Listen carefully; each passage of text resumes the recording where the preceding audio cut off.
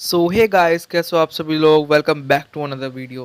भाई आज की वीडियो बहुत ही ज़्यादा मतलब कि औसम होने वाली है, क्योंकि आज मैं आप सभी को एक अनबॉक्सिंग दिखाने वाला। मतलब आज नहीं है, वो वीडियो मैंने कल शूट करी, पर मैं आज पब्लिश कर रहा हूँ।